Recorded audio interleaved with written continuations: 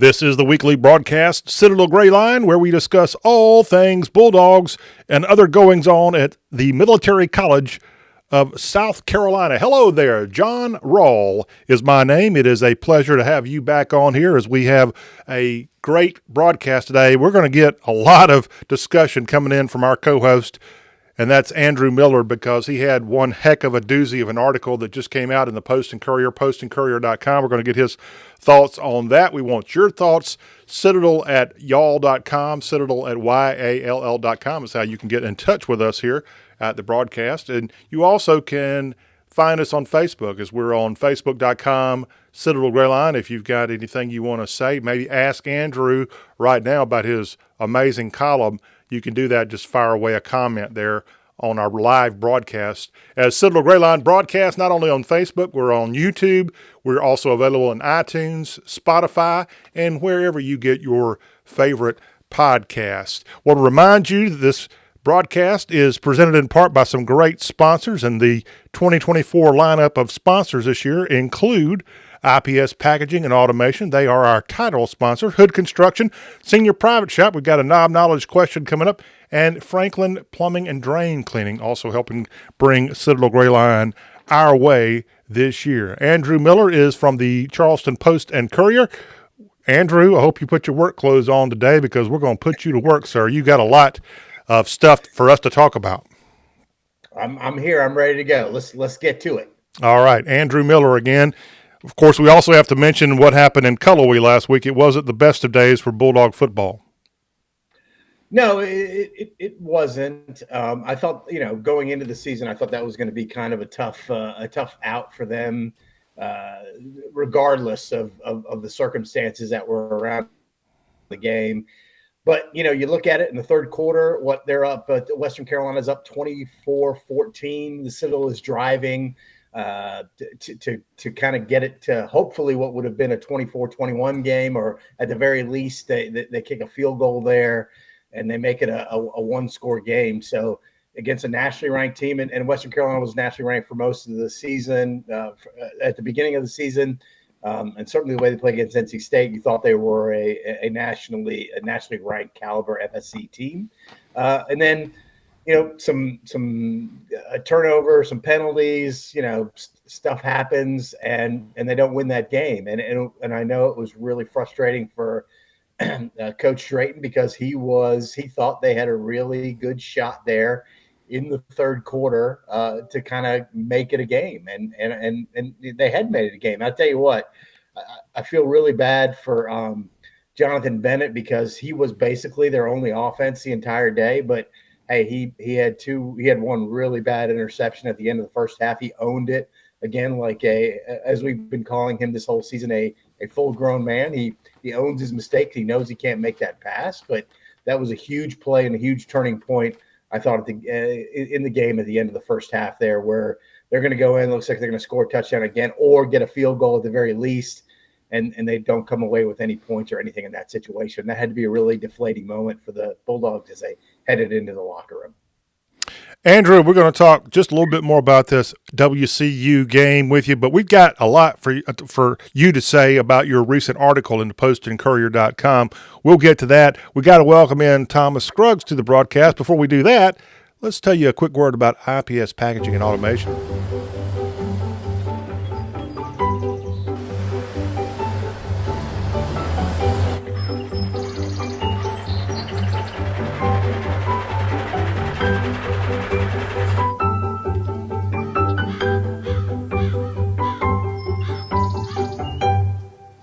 And let IPS Packaging and Automation help you. You can call them there, 800-277-7007, or go to ipack.com. IPS Packaging and Automation, a proud supporter of Citadel Athletics. Andrew, if you'll tilt your camera down just a hair while we welcome in Thomas Scruggs to the broadcast. Hello, sir. Welcome to the Bulldog Hotline, a.k.a. Citadel Gray Line. Hey, good morning, John. Hello there, sir. Looking very dapper in your new Citadel logo quarter zip. Well, thank you. Yes, sir. All right. Your thoughts on WCU and what the latest is with Bulldog football? I don't know, John, we got close a couple times, but it never really felt like we were any threat to win this game. You know, they drive in the end of the first half, then the interception comes, and it's like here we go again. You know, got close there once in the second half, but like I said, just never really felt like we were in the game. So very disappointing. 0-4 in the SoCon. Still an improvement over last year, I know. But at the end of the day, we're 0-4. We're facing another winless team this coming week. So hopefully we can get our first SoCon win up in Lexington, Virginia this Saturday. And Thomas, I do believe you're getting your Citadel Gray Line mileage this week, and you're heading to Lexington for the Silver Shako clash. Yes, sir. I will be the sideline reporter for Citadel Gray Line this weekend. Absolutely. And you've been to a game there in Lexington? A couple times, yes. It's been several years. About I don't know, 8-10 years ago.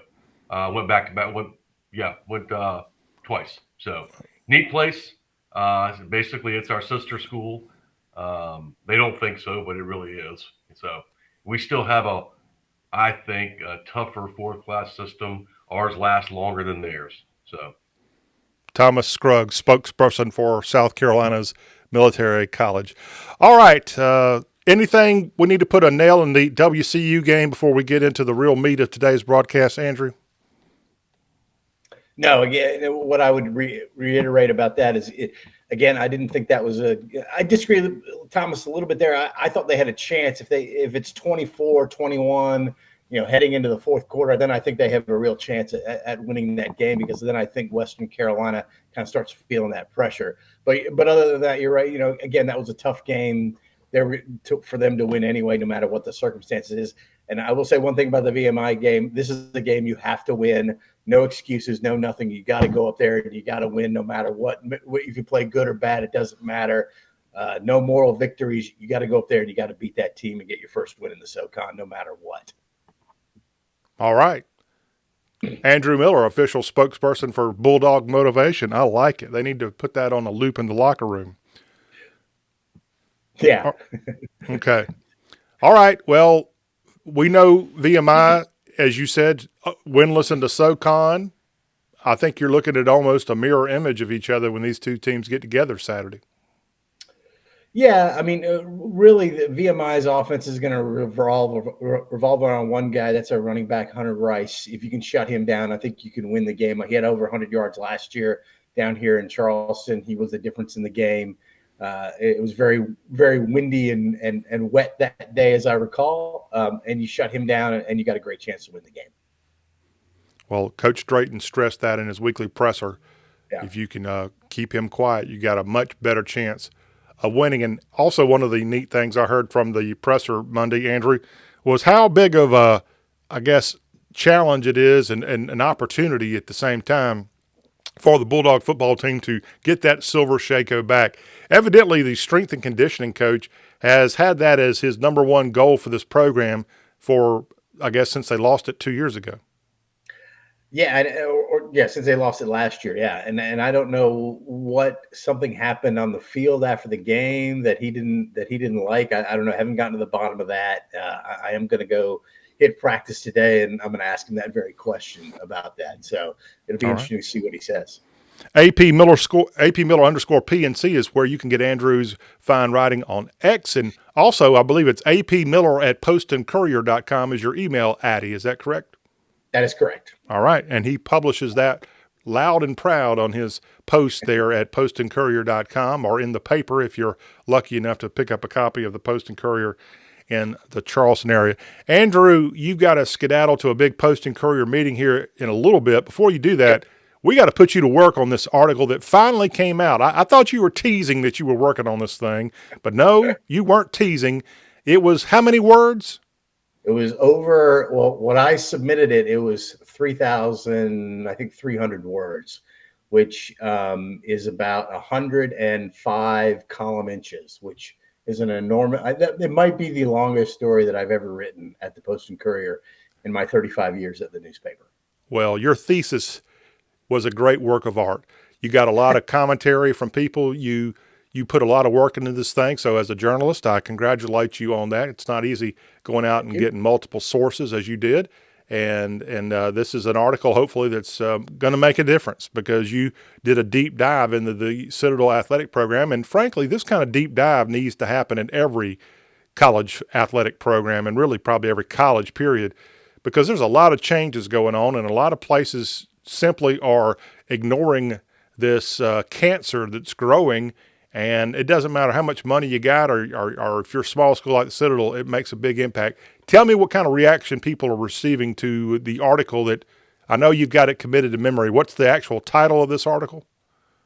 The Citadel Athletic Department at Crossroads. I mean, that's really what the story was about. You know, the folks at the Citadel and the alumni base, you guys obviously are included in that. I think that the athletic department has to make a decision on where they're going to go. And going into it, I didn't have a real opinion. I was very curious to see what the alumni that I talked with, and Jack Douglas and Robbie Briggs and Ellis Johnson and so on and so forth. I talked to probably a dozen different people. Unfortunately, I couldn't quote everybody that I talked to in the story, but I think everybody realizes with the new age of college athletics, with NIL, with collectives, with the transfer portal, with everything that's going on, the Citadel, like a lot of mid-major schools, has to decide what they're going to do and what they're going to be moving forward. Now, some of that's going to depend on the NCAA and the settlement that they made, that their recent, $2.7 billion settlement that they made. So the Citadel's not alone in this, but the Citadel is unique in that, they have the military component of their school, and they're a small school with a small alumni base, very loyal alumni base, but small nonetheless. And so I think that they've just got to figure out what they want to do and where they want to go moving forward. They can kind of continue what they're doing now. And if the Citadel does that, then I think the eventualities is they're going to have to drop down to Division II or Division III really to be able to compete. But if they're going to, kind of embrace at least some of the things that are involved in today's college athletic landscape, then they're going to have to, invest some more money. And that to me is the bottom line. It's not the military. It's not the marching. It's not the tradition. It's not anything that's got nothing to do with nothing, in my opinion. What the biggest issue that the Citadel is facing now is money. And are they going to raise money, and are they going to be competitive with not just teams in the FCS, but in the Southern Conference, where they're falling behind, in my opinion, financially? That was a lot you just mentioned. Of course, you got to go check out this article. postandcourier.com is where it was posted originally. And what kind of reaction have you received from it so far, Andrew? Mostly, people are not positive is not the right word to use in this. It's more like, thanks for doing the story. It's a story that needed to be done. Wow, I didn't realize all these things were going on. So I think most people have appreciated that I've kind of, you've gotten a look behind the curtain, basically. At least that's what I hope I did in the story, is that this is what's going on at the athletic department, and these are the obstacles that the Citadel is facing.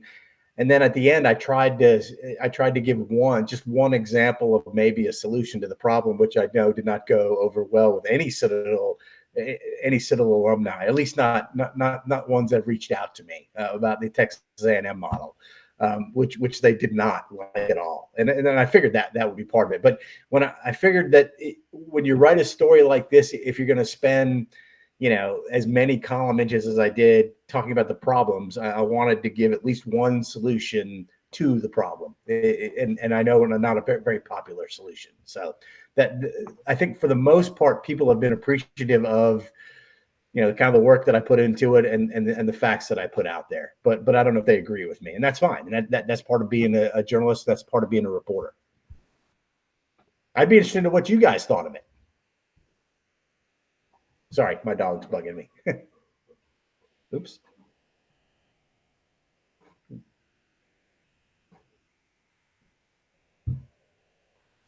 Oh, sorry. I cut my mic off because I was coughing. One of these days I'll get the stuff figured out. Thomas, what did you think, sir? Well, first of all, I thought it was an excellent article. I agree with Andrew that our the biggest problem we have is money. It's not a Texas A&M model. It's not cadet versus non-cadet. It's money. And the alumni of the Citadel need to decide whether or not we want to compete at this level, to compete for SoCon championships. And the way to do that is to join the Brigadier Foundation. Shut up about going to Division 2 or 3. If you want to lose all support from the alumni, go to Division 2 or 3. Who wants to compete with Chowan or compete with Benedict? I can't imagine any future that has us stepping down a division. I think you got to take a long view at it, look at it historically as well. You know, us winning the SoCon in football is not an every year occurrence, or competing for a SoCon championship. We've had a handful of years where that's actually occurred. Uh, are we actually competing? Are we competitive in the Southern Conference right now? Yes. Even though we're 0-4, we're actually competitive. There are some games that we should have won, could have won, and that will remain true for the rest of the year. As far as the Texas A&M model, and with respect to Ellis Johnson, brilliant coach, brilliant mind, but what he had to say about the A&M model is complete utter nonsense. We are not Texas A&M. We're not a land grant university. If you want to turn the Citadel into Texas A&M, you will effectively kill the Citadel. It should no longer exist. They should close the gates. I think that's an absurd opinion by Ellis and a couple others. Because what is our central mission? And the heart of the Citadel is the Corps of Cadets. And it brings to mind some figures that I was sharing with you, John. I think roughly 18 to 20% of our current starters are non-cadets, and that's been an ongoing discussion. But back to the article, excellent article. I did think it was very interesting where you have the general saying one thing and you have some folks in the athletic department saying another. So is someone quibbling here? Is someone stretching the truth? I don't know. It looked pretty black and white when you have a budget, from the previous year to the current year. So I'm sure folks over in the administration in Bond Hall are not very pleased with this article. I'm sure they're getting a lot of heat from the alumni base, and they deserve it. We've got to figure out, how do we compete at this level? What I took from the article was we have to compete at this level. We need to decide, are we going to be committed to it? And the number one issue is money. So it's time for Bulldogs to put up or shut up. I was going to say, interesting is a very interesting way to describe that there, Tommy. The discrepancy between what the general said and what was given to me by people within the athletic department. Interesting is not the word that I would use, but yeah, it was very interesting when I got that quote from the general, and then somebody sent me a copy of the budget and the cuts that were being made to the athletic department. So, somebody is not up to date with their facts, and I'm not going to point any fingers and say what is what. I just know that's all. The only I think I can do in that situation is report what I found and what people told me and what I saw. So yeah, but interesting. I love that. That's I'm going to use that word. I'm going to use that to describe it moving forward here. But yeah, you're right, and you're 100% right, Tommy. The alumni has to figure out what they want to do moving forward. Because it's going to be an alumni, fundraising driven decision here, in my opinion. Andrew, question: are you aware of any cuts that have already happened within the athletic department? Yes. There are, according to my sources, 2.5 scholarships have already been cut from the football team, and I believe a scholarship or 2 has also been cut from the basketball team as well. It's like they're given an overall budget for the program. Each coach is kind of given that budget, and then they have to divide that money up into scholarships and travel and paying the coaches and so on and so forth. So when the general says that he's not cutting scholarships, he might actually be saying the truth that, hey, we're not cutting scholarships. And I think one of the quotes that he had in there, I don't know if it made it to the story, but the quote that I had him saying is, I've given them a budget and they've got to figure out the budget and work within that budget. And that's what's happened. But the budget's been cut. That's the other thing. The scholarships might have not been cut, but the budget's been cut. And so that money's got to come from somewhere. Well, Andrew, do you think it'll help to get a strong athletic director in there? The sooner the better. Yeah, I think so. And obviously one of the names that's been bandied about has been Ed Conroy, the basketball coach. I think he'd be a great selection. A guy who's incredibly popular within the core. He rose to very high ranking within the core of cadets when he was a player there. Very well respected, can raise money. I think he'd be a great choice. But what athletic directors have become now are basically CEOs and business managers, and you got to have somebody who has a business background, in my opinion, because their number one job, and especially at the Citadel, especially where you are right now, the number one job of any athletic director that's coming in has got to be fundraising. And those east stands on the football stadium, that's all you got to do is look at that, and then you see why you need to fundraise. We cannot let North Dakota State come here next fall to those pathetic east stands. Yeah, I don't care what we have to do and how many contractors we have to hire. That cannot happen. Yeah, agreed, 100%. Well, one thing that's happened since we got together officially, the three of us last week, not only did this article drop from the Post and Courier and Andrew Miller, but we must mention that the athletic director at the Citadel abruptly resigned. And so let's discuss that, Andrew, before you get out of here. Yeah, so I've known about this since really the end of July that he was going to be leaving at the end of the year. It's a retirement. That's just the best way you can describe that. Yeah, he's going to hang around and help fundraise and be an assistant to the president. But yeah, Mike's departure was not a surprise. Again, I'd been hearing rumblings about that since the end of July.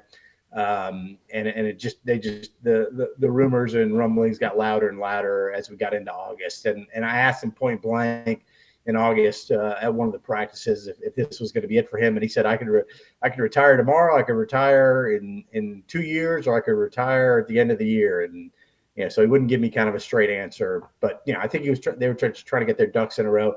It's another name that I heard as far as a replacement for the athletic director is a guy named Art Chase. He was in the sports information department back when I was covering the Citadel in the 90s. Now he's been at Duke for, I think, over 2 decades now, moved up the ranks there. I think he'd be another excellent choice as well. All right. Well, we will be here to throw out athletic director suggestions and more. Andrew, you've got to take off. We know that you've got a lot of duties at the Post and Courier. Thomas and I are going to keep discussing this a little bit further, but you have yourself a great rest of your week. You guys too have a great weekend. And remember, at AP_Miller_P and C is where you can get the Chicago Cubs, Chicago Bears, and Blackhawks. Bear down. Number one, bear down. Okay. Well, I can't say much. Y'all defeated a team from the Carolinas pretty badly the other day. Have a great one, Andrew. All right. You guys too have a great weekend. All right. We will definitely do that. Let me first now tell you, we'll move on here, get away from this black screen, tell you about Knob Knowledge. Do you like knobs, Thomas? Not particularly, no. Okay. All right. Well, seniorprivate.com presents our Knob Knowledge question each and every week. And if you're lucky enough to send in the right answer, you get a nice prize from seniorprivate.com. Going back to last week on the show, we had actually a question that came in, or we offered a question, and we actually got a correct answer on our show last week. So let me pull up what the question was, and then we'll tell you who won and all that kind of fine information. Question was, and Thomas, I'll let you answer this after we tell you who the actual winner was. Since 1972, the Citadel has played Western Carolina in one of 3 cities for football games: Charleston, South Carolina, Cullowhee, North Carolina, and tell us what other city. And if you correctly got this question, you won a prize pack from seniorprivate.com, a big red license plate, and sticker. Thomas, do you know the answer? I do not, John. I would guess maybe a city in North Carolina. Is that correct? Man, that's a really good guess. But you know what? You're absolutely wrong. And this answer is quite meaningful for your friendly Citadel Gray Line host, because I was there. It was October of 1989, at Williams-Brice Stadium. Williams-Brice Stadium, okay. And a game against Western Carolina was played because of Hurricane Hugo. It had shut down Johnson-Hagan Stadium. And it's one of my favorite memories from being a guy wearing one of those uniforms in the Corps of Cadets there, because I can't explain to you how crazy it was for the Corps of Cadets to get in their own cars and leave Charleston and show up in Columbia for a Sunday afternoon football game. That's when this was held. Was that a small crowd besides the Corps of Cadets, John? It was a pretty big crowd. Even my own parents came, and they never went to Citadel games. Oh, wow. They basically took the west side of Williams-Brice Stadium and turned it into where everybody sat. And it was a beautiful day. It was a great sunny Sunday afternoon. And unfortunately for the Citadel, it ended up being in a tie. The final result was a tie, as the Bulldogs and Catamounts played on October 7th, 1989, to a 22-22 tie. And we actually had a winner last week, and I'm going to tell you who the winner was. It was Ross Brown. Correctly guessed that. So, Ross, you got that prize pack sent of the Big Red license plate and sticker from Big Red, from the Big Red license plate from seniorprivate.com. So, awesome job there. One fun thing is this game with Western Carolina and Columbia happened while Cadre was still going on, okay? Oh, my goodness. And the Knobs were getting racked in Williams-Brice. Well, Cadre had gone on, and also the Citadel, if you remember, Hurricane Hugo came in late September. There was about a 2-week break where all the cadets had to go away. We got told, it'll only be a day or two, and then you'll come back. And then they extended it to a week, and then it was about a 2-week break. And this was my Knob year. So what an intro. And the Citadel had already played one home game in Williams-Brice Stadium against South Carolina State just days after, Hugo had passed through. So it was a screwed up time totally. But this Western Carolina game happened after the Corps had come back together. And on a Sunday afternoon, the way it worked was the commandant's office told everybody how they were going to get there. It was the good old POV, which was personally occupied vehicle. And the commandant's office basically broke down who would ride with who. I think it was upperclassmen and Knobs and lowerclassmen. And so some guys had a really fun time during their 2-hour odyssey to Columbia. And then some guys like me, it wasn't so much fun. Guess who I got to ride with? Not Jay Thompson. No, he was a Knob with me. Oh, that's right. He was a Knob with you. That's right. Yeah. No, I'm thinking 92. He's still a Knob, if you ask me. Yeah, was it a 92 guy? It was a 90 guy. I rode with a guy named Mike Moore, who was the battalion commander of 1st Battalion. And he was such a, I'm sure he's a great guy now, but as a cadet, he was one of those guys who played by the rules, you could say. And he and his then girlfriend were in the front seats. And then me and like 2 other Knobs from other companies, we all rode in the back seat, and we did not have any fun whatsoever. But other guys that got in cars with upperclassmen and seniors, they had no clue who they were. They had alcohol. They smoked and joked that whole day, except for the game. And the one really memorable thing is, again, this is while Cadre is going on. I hate to bore the audience. This is while Cadre is still going on. We're in Columbia, South Carolina, lined up to march in the stadium. We actually marched just like we would at a home game. And one of my Cadre corporals, a sophomore, who I was scared of big time because he was a Cadre corporal, he just, right in front of all of us, just pukes. Somebody had a little too much to drink. Yeah. And so that was a memory I'll never forget. That guy ended up going on to become a lawyer. And so, Mr. Looper, I hope you don't mind me calling you out, but you had a good day that day. And unfortunately, again, it was a tie, which is almost like a loss to the Western Carolina Catamounts. Just one of the crazy memories of Citadel history.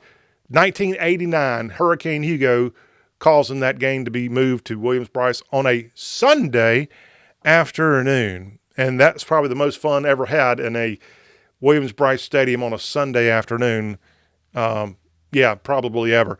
All right, Thomas, let's get back to business here. I got to ask the question for this week. So I get carried away in the past. I don't think about it. Remember, we're talking about knob knowledge from seniorprivate.com. We got a question for this week. And from seniorprivate.com, the question is, in what year was the Silver Shako trophy first used and who originally designed it? What year was the Silver Shako first used for the Citadel VMI series and who originally designed it? If you can text us at the number that's on our screen there, 843-779-8496, 843-779-8496. Text us those answers, and you will get a Citadel ring sticker bundle and hat brass sticker from seniorprivate.com. And Thomas, I do believe you might be the owner of one of those Citadel sticker bundles that's got the Citadel ring.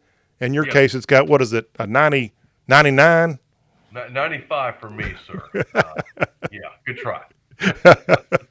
And I looked at mine last night because he's got them where they show up in gold, and then he's got some in other colors as well. And you can not only support the Citadel ring, but you can get specific with your Citadel class with this awesome sticker bundle from seniorprivate.com. Absolutely. All right. Thomas, let's go back to work here. Your thoughts, continuing thoughts on this Andrew Miller expose that was in the Post and Courier. Even Sandlapper Spike had a lot to say about it. I thought Sandlapper Spike's review, I agree with most of what he had to say, John. As far as competing at this level, not dropping down to D2 or D3, that's off the table. Even the general said, not on my watch. And that should be the attitude of every president of the Citadel and every athletic director. We should never even entertain that notion, regardless of the social media warriors that keep beating that drum. There's only a handful. Secondly, John, this nonsense is, repeatedly brought up about us having a Texas A&M or Norwich model, or whatever. We're not going to do that. If that's ever even seriously considered, they need to close the gates, burn it down. So I do. I agree with you. The deep dive into the athletic department, it's needed. Absolutely, it's needed, not just at the Citadel, but everywhere. So. I do appreciate Andrew's efforts in that regard.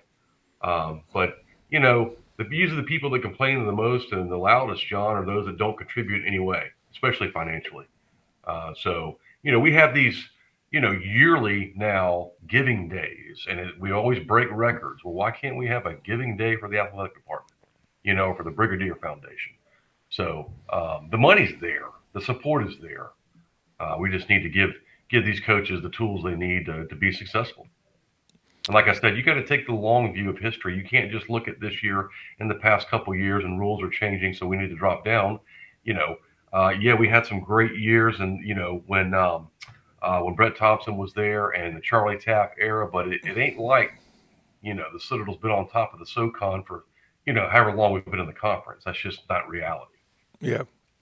So. Good point there. In fact, today I'm going to do something I should have already done. And, as you get older, you don't know anything about this. You kind of sometimes have to wonder, now, have I done that or not? But one of the things that I've done, and I can brag here because if everybody could brag like I'm about to, then we wouldn't be in this predicament. I'm not a wealthy person by any stretch of the imagination, but I've taken the effort, and hopefully you have too, to give something every year for a number of years. In fact, the Citadel even gives you a nice little pin with a number of how many consecutive years you've given. And I don't think I've given this year, Thomas. So because you're putting the pressure on me, I'm going to write that check. I usually don't give to athletics. I usually give to a scholarship named after my late roommate who was killed, and they've got a great scholarship that's very well funded at this point. But I sometimes give athletics too. I kind of split it up, but whatever, give to the school, whatever you can. And the important thing is just to give something. How did I do on that? I think it's outstanding. I think you need to give to the Brigadier Foundation as well. You can join at the 150 level, John. That's not much for a wealthy guy like you. I've done that multiple times. I stopped doing it because, was it this year? This is where I'm going back to my memory here. in the last year or two, we got that big effort to raise money for the foundation. I mean, for the stadium from General Walters or something. Yes, that $5 million effort. Was that this year or was that last calendar year? That was God, I'm getting old too, John. I think it was last year.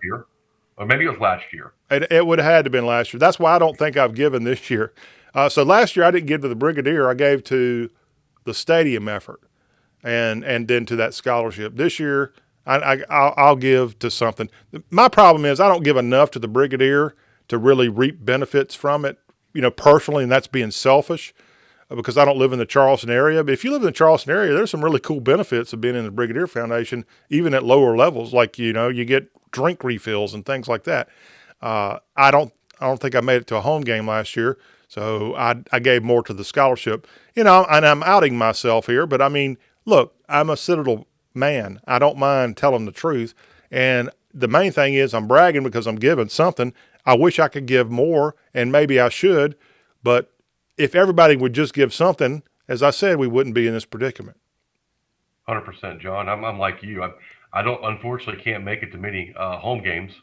And every year my Brigadier package comes, and they have the free drink vouchers and refills and all this. I'm never really able to take advantage of it, but it doesn't stop me from giving because I give not just to have the benefits that come along with it, but just to support the cadet athletes. And I say cadet athletes because I think one thing Sam Leff or Spike made abundantly clear is that a majority of our alumni base were our former cadets, and we want to support cadets in Citadel uniforms. That is true. And I do think we can support cadets in uniforms and win at this level. I think We've done it. I think it's just pushing the easy button to say you can't do it. It's a different landscape. Blah blah blah blah blah. Sorry, when people start talking, that nonsense, I just kind of tune them out. Yes, sir.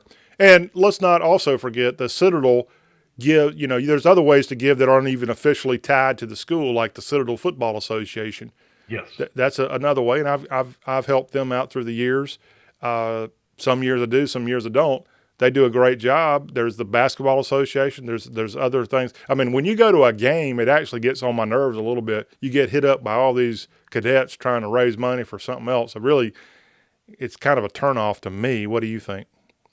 I don't think cadets should be soliciting folks as they walk into the stadium or there to enjoy a football game with their family or friends. I think, no, there's a time and a place for that. Do I think they can set up a booth somewhere? Yeah, absolutely. But, aggressive fundraising there at the stadium, that's a bad look to me. Yeah, well, it's been a turnoff to me, but maybe I'm just a cheapskate. I can vouch for that. Yeah. Oh, come on now. Come on, I'm a nice guy. Thomas, I know you also have work to do today. Do you have a few more minutes you could chat with me? A couple more quick minutes and I got to go. I got to take my wife lunch and I got to get to a meeting. What a knob you are. Yeah. Well, let me tell you about a little bit of what you should know about. I'm going to let you do some hard work here. You see that graphic on the screen? Absolutely. What can you tell me about Hood Construction? Well, Hood Construction's been around since 1986, and our theme is every client, every project, every time. That's our motto. And basically, since '86, we've been building it the right way, all across South Carolina. Every once in a while, we dip into Georgia and North Carolina as well. Hoodconstruction.com is the website. Any kind of special work your company's having to do as a result of these storms and stuff? Well, we have reached out, after the storms, we reached out to all of our clients, especially here in the Midlands, and asked, if they had any property damage. In a lot of cases, they did. They needed trees cleared, lots cleaned, or buildings. We had some roof damage in some of the buildings that, not just ongoing projects, John, but, projects we had finished within the past couple of years. So we were able to assist our clients, with the cleanup effort and dealing with the damage from the storms. Well, going back to 1989 as a little knobby at the Citadel, I've got experience cleaning up after a hurricane. So, don't leave me out. Knobbies are good at cleaning. All right, hoodconstruction.com, a great website. Tell me also about another fine sponsor of this program each and every week, and that would be Franklin Plumbing and Drain Cleaning, franklinplumbing.sc.com. There's the number on the screen right there to call them. Maybe that's them calling you. Sorry about that. No, that's, in my opinion, the best plumber here in the Midlands. Anytime we have an issue, or I've had issues over the years, I call my good buddy Josh Daniels at Franklin Plumbing, and they are promptly and very courteous. Always explain up front what they're going to do for you. There's never any confusion about cost or anything like that. So, I like them so much, John. I signed up for the yearly, to be a yearly member. As far as they come out once a year and inspect everything. They just did that a couple weeks ago at my house. So great company. Anytime anybody here needs a plumber in the Midlands, I always recommend Franklin Plumbing. Very good testimonial there, and they offer a stellar team of plumbers at Franklin. A full-service plumbing, gas, drain, and sewer company with 24-hour emergency service available Monday through Thursday. Go to the website, franklinplumbing.sc.com, and get a $250 off sewer replacement coupon. All from Franklin Plumbing, a Citadel-led company in the Midlands. And we keep saying that word. There's some people out there that may have no clue of what the heck the Midlands are. That would be area code 803, primarily the Columbia area, if you will, of central South Carolina. All right, we got to close up. You got more important chores to do, Thomas. What's the Citadel got to do to get that W this weekend with you there in attendance? Don't throw interceptions. I mean, that's don't turn the ball over. I think that's I think we take care of the ball. We take care of business, and we beat VMI. I haven't seen much from VMI to be impressed about. Yes, again, that key to victory from Coach Drayton as well as Andrew Miller was find a way to stop that running back, Rice, and make sure Rice is cooked here this weekend at Alumni Field in Lexington. And we'll just continue monitoring the email, citadel@yall.com. If you have a comment or anything more about this very powerful article that Andrew Miller penned on the state of Citadel athletics, it's a tough time, and the Citadel's not alone. Even the biggest schools out there are having major changes. It's what drove Nick Saban out of coaching, frankly, some of these changes. Absolutely, John. The bottom line is change is inevitable. You have to be able to adapt and overcome. So, Nick Saban could not adapt and overcome. That's right. He's just a girly man. Speaking of girly men, what's on tap for lunch for the missus today? I think we're going to go over to Greek Boys. Oh, yeah. Do you know where that is? We have done a Citadel Gray Line live from Greek Boys in downtown Columbia. Yes, you have. So just down the street from the John Rawl Shrine, a.k.a. Baptist Hospital, where I was born. How about that? Yeah. The hospital where I was – you were born in Baptist. That's where both of my children were born, in Baptist. Where were you born, sir? I was born at Greenville General Hospital. Oh, you're a Yankee. You're from the upstate, huh? Greenville General Hospital, which is no longer there. Okay. Yep. Well, Baptist is called something else now. What is it? Oh, I don't even – they changed – Prisma. I don't even know what it is now. See, that shows what their marketing's doing for you. It doesn't even register. Exactly. But because of our great sponsors of Citadel Gray Line, we've got great marketing here on this program. Look at those great sponsors: IPS Packaging, Hood Construction, Senior Private Shop, and Franklin Plumbing and Drain Cleaning. Thomas, you have yourself a wonderful week, and good luck with that lunch date you got. And we will see you back here next week, hopefully after a W and a Silver Shako happy return to the Low Country. Thanks, John, and go Dogs. All right. Thomas Scruggs, everybody. John Rawls signing off. You can get a podcast of this in iTunes as well as at YouTube each and every week. And then we also will be up and going again, recapping VMI and finding out where we are in the season and having much more analysis from the Post and Courier's Andrew Miller. Until we see y'all next week, have a wonderful rest of your Bulldog Week. Fall out.